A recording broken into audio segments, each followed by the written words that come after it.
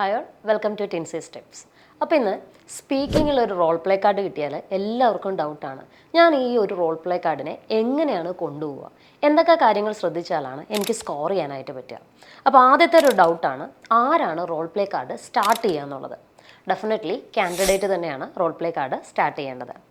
Second thing എന്ന് പറയുന്നത്, ഓരോ ബുള്ളറ്റിൻ പോയിന്റിലും നമുക്ക് കൃത്യമായിട്ട് ഇൻഫർമേഷൻസ് എടുക്കാനും കൊടുക്കാനും എല്ലാം നമുക്കുണ്ടാവും അല്ലേ. അപ്പം ഈ റോൾ പ്ലേ കാർഡിലെ ഓരോ സിനാരിയോസിനെയും മൂവ് ചെയ്യേണ്ടതും കാൻഡിഡേറ്റ്സ് തന്നെയാണ്.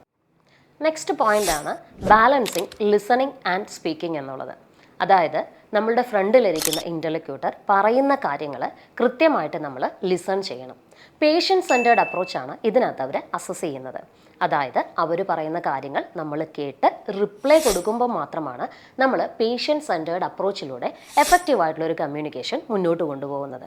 അതോടൊപ്പം തന്നെ നമ്മൾ അവർക്ക് ആവശ്യമായിട്ടുള്ള റീഅഷ്യൂറൻസും അതുപോലെ തന്നെ എക്സ്പ്ലെയിൻ ചെയ്യേണ്ട കാര്യങ്ങൾ മിതമായ രീതിയിൽ എക്സ്പ്ലെയിൻ ചെയ്ത് കൊടുക്കുകയും വേണം.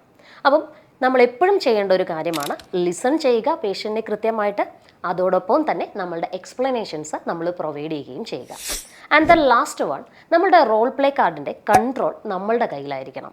അതായത് നമ്മളുടെ റോൾ പ്ലേ കാർഡിലെ ഓരോ സിനാരിയോസും കൃത്യമായി മനസ്സിലാക്കി അത് ലീഡ് ചെയ്യേണ്ടത് നമ്മളായിരിക്കണം. അതൊക്കെ നമ്മളുടെ ഇൻ്റർലോക്യൂട്ടേഴ്സ് കൃത്യമായിട്ട് അസസ് ചെയ്യുന്നുണ്ടാവും. അപ്പോൾ ഈ ഒരു വീഡിയോ നിങ്ങൾക്ക് എല്ലാവർക്കും യൂസ്ഫുൾ ആയെന്ന് വിചാരിക്കുന്നു. Thank you for watching the channel ടിൻസീസ് അക്കാഡമി.